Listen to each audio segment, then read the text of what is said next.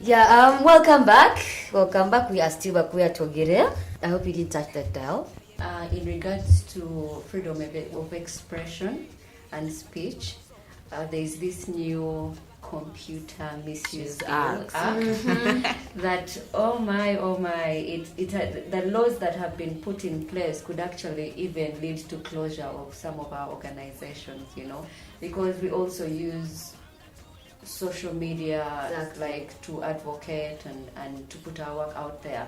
So that in a way is going to like really affect us, and then also like freedom to own property, inheritance. Then I would say was also being affected due to how you identify or how you probably dress or how you like all those minor things that they call minor like lead to into a big deal. But the good thing with this is the Succession Act is a win for us, because now you can inherit property. Yeah, as long as your child will be home. Yes, and then also before,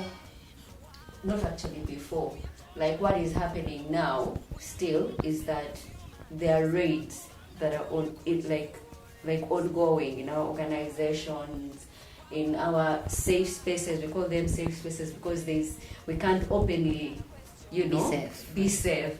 So they're still raiding all these safe spaces that we call home, and for us it's a crime. You're encroaching our right to actually commune and be together and live together and be in one place, So that alone is so many question marks. There was a space in Tinder. I don't know, it's a bar. They came and raided it. Like honestly, a bar where everyone else is. Wow. There was suspicion. But like anyone can just go to a bar and. Gosh, do you have anything to add on that? We are suspicious people. That police has made very clear.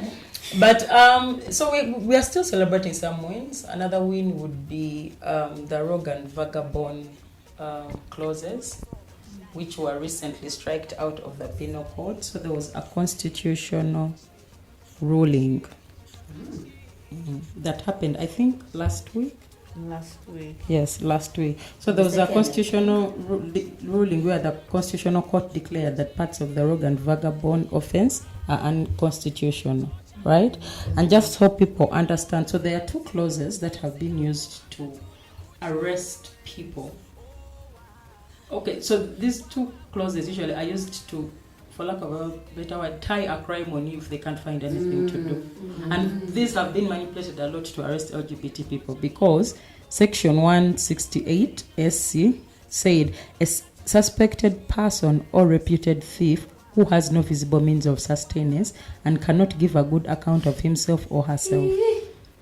Suspected. That's criminalizing poverty. So if they find you, they're like, what do you do? Man, and you are I mean, you are vagabond. And then there was one which was around the D part, which was around the person found wandering in or upon or near any premises or in any road or highway or any place adjacent thereto, and in any public place at such a time under such circumstances as to lead to the conclusion that such person is there for an illegal or disorderly purpose. Now, these two have been used so much against LGBT people, because especially for like masculine presenting women and feminine presenting men. Yeah. Because already you look suspicious.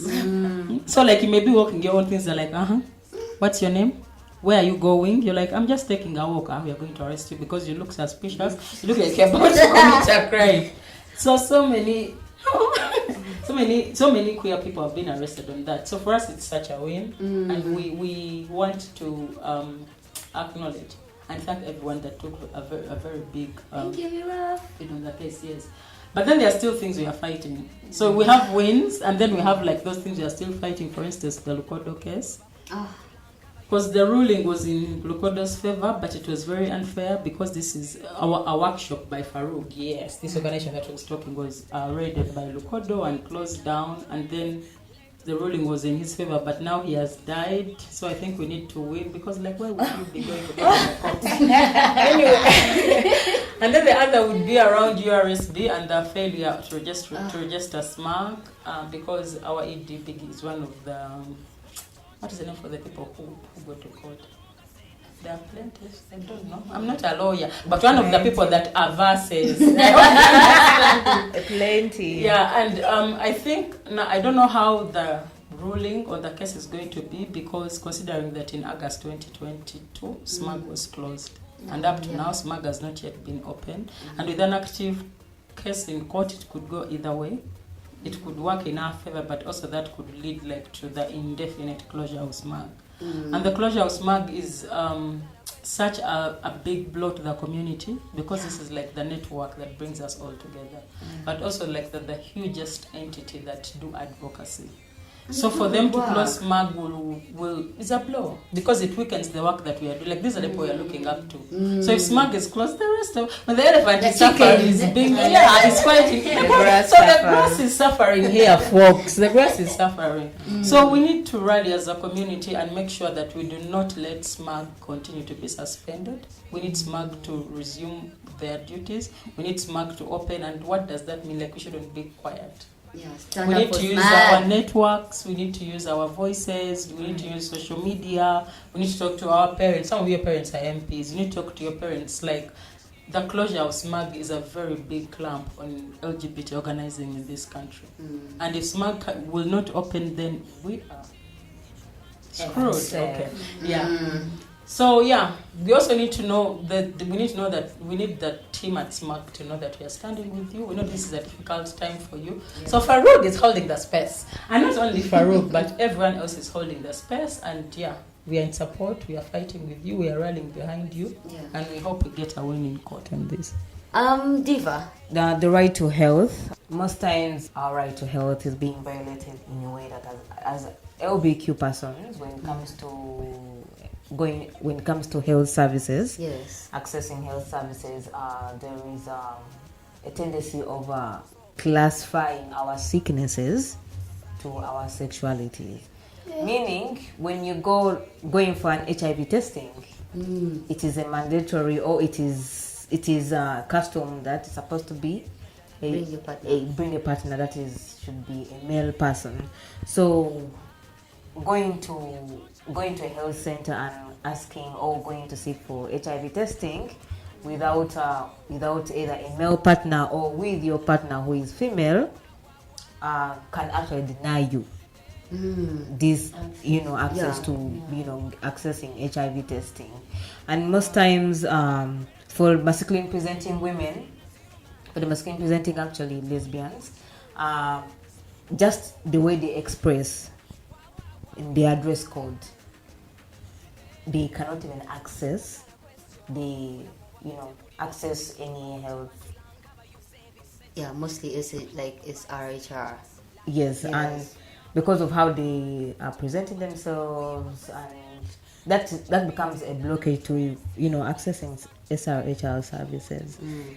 And the unlawful policies talking about the Penal Code Act, the Uganda Penal Code Act. Some earlier on, Gloria mentioned about the specific sections of the Penal Code that criminalize, and also the East African Community SRHR bill that is prohibiting that does not provide for safe abortion, things to do with surrogacy and sexuality education for children. Comprehensive sexuality education for all. Yeah, so the anti-gender movements are actually using that as an excuse to violate or to foster more violence, because they assume if people are given sexuality education, or if children are given sexuality education, it is a way of making children rogue. But they won't listen to their parents, because now they think they can have the right to their body.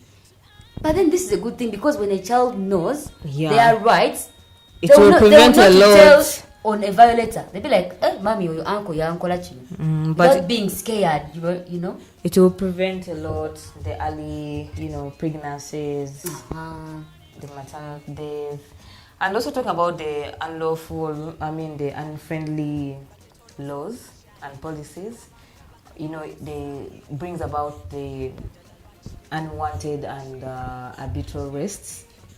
Those are, arrests that come without warranties, or arrests that are unlawful and that also gets to us of having no, freedom of association, assembly, and registration as any other organization. Entity, yes. And this affects our organizing as queer organizations. True. For example, queer youth. You're in a meeting and then police comes and just raids you.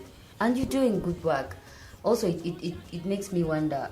There was a time when there was, good celebrations. Some year back. It was actually Pride. And Miss and Mr. Pride. That was in 2016. Yeah, I think, people were having a good time, having a pageant, and then police just walks in and accuses people of marrying, of apparently a wedding. They said, I heard there was a wedding around here and you guys didn't even ask for permission, and everyone is like, there was no wedding, it's just a pageant. The trans women who were there suffered the most because we saw them that they are pulling off their own hair because they don't want the police to see them. Imagine was here with twisty. How fast you can cut those who twist off your hair. And people, in that short time, some people were also in the closet and they were taking pictures without consent. It reached a very crucial point, to a point that someone actually had to jump off the building to protect themselves. That was so risky. Honey, someone jumped off a that building person, and headed into a shop. Then they failed to get their way out of the shop. Sure. So when they found them at 10 in the morning, thief. They were like, oh, movie. They were caught as thieves. Wow. It was a very scary moment because I remember me and my gay friend were there. We were like, I pretend you're my boyfriend because now if the police asks, say you're my boyfriend. Well, they are hiding and they're putting phone lights on us, trying to take photos. The right to just assemble and have a good time in this country has become so. You were literally taken in as criminals. Yeah. Yeah, just another incident to that. We had a gathering actually at the office premises, and oh my God, I remember. 2 policemen came in, the LC, and they'll come to arrest. Yeah, I remember Vicky was there. On allegations that they are children in our space. And I remember it was a wellness session. I remember we were doing something yes. What was it? I don't know what it was, but it was a very inclusive activity that. But my first time when I came to when I convened for a social Friday, actually my first time ever, we were arrested. Imagine your first time in a place and they ambush you. They actually made us parade out and they moved us to the police station. Walking. Oh my God. Yes, walking, and they made us line up. And why are we gathering? But it was a tip-off from one of the neighbors. Yeah. And they were saying that we may influence the children because it's a kind of residential place. So the children may be influenced because of the people in the next gate. So when we went to the police, the good thing, what helped was we had one person that covered up for all of us. So we decided to be silent. Yeah. And one person was responsible for, all of us. That was a hero, huh? And yes, they asked everyone, where are you coming from? What are you doing? Show your IDs. And with some, rapport, there. And then they began releasing one person by one. But as you know, police, they cannot arrest you peacefully. Mm-hmm. Either they provoke you, wanting you to, fight get back. angry. Or, yes. But when you get angry, it's another crime. Exactly. You're talking back at a policeman. Like, you have to be humble as possible, which is very hard because you're being violated. True. Yeah? But Vanang, this stops now. Today is Human Rights Day, meaning everybody's rights are valid because human rights are universal. Yeah. They are not one gets these ones, the other one gets these ones. They are for all of us to enjoy. The universe is so big. We should be able to share resources or at least try, right? Yes. Oh my God, we are coming to the end of the show. I hope you out there are still with us, and I would love to tell you that if you want to learn more about your rights, please go to our website, that is www.farug, right? And read about the Universal Declaration of Human Rights, which was guided by a woman. Yay! Yes. Do not forget to follow us, share, write a comment, tag us, talk about this podcast with everyone. So on Instagram, _UG, Twitter, _UG, then Facebook, Farug Uganda. And I have been your host today. The person, I can't say their name, please. We can't wait to have you on the next episode. She said what she said, and obviously it's been Melody, the nomad in studio. Yes, and your girl, Gazelle. One of our persons got an emergency. Yeah, so we have to wrap up. Say bye. We've been Bakuya Togere. Bye. Bye. Cheers.